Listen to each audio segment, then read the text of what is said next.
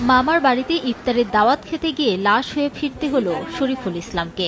প্রতিপক্ষের লোকজন তাকে কুপিয়ে ও পিটিয়ে নৃশংসভাবে হত্যা করে।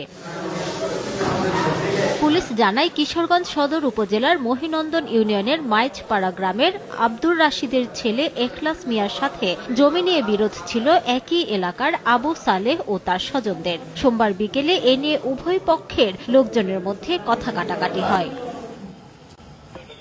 ঘটনার জের ধরে সোমবার ইফতারের পর প্রতিপক্ষের লোকজন দেশীয় অস্ত্র নিয়ে এখলাস মিয়ার বাড়িতে হামলা চালায়। হামলায় এখলাস মিয়া ও মামার বাড়িতে ইফতারের দাওয়াত খেতে যাওয়া এখলাসের ফুফাতো ভাই শরীফুল ইসলাম সহ 10 জন গুরুতর আহত হন। আহতদের উদ্ধার করে হাসপাতালে নেওয়া হলে চিকিৎসক শরীফুলকে মৃত ঘোষণা করেন। এ ঘটনায় জড়িতদের দৃষ্টান্তমূলক শাস্তির দাবি জানান স্বজনরা।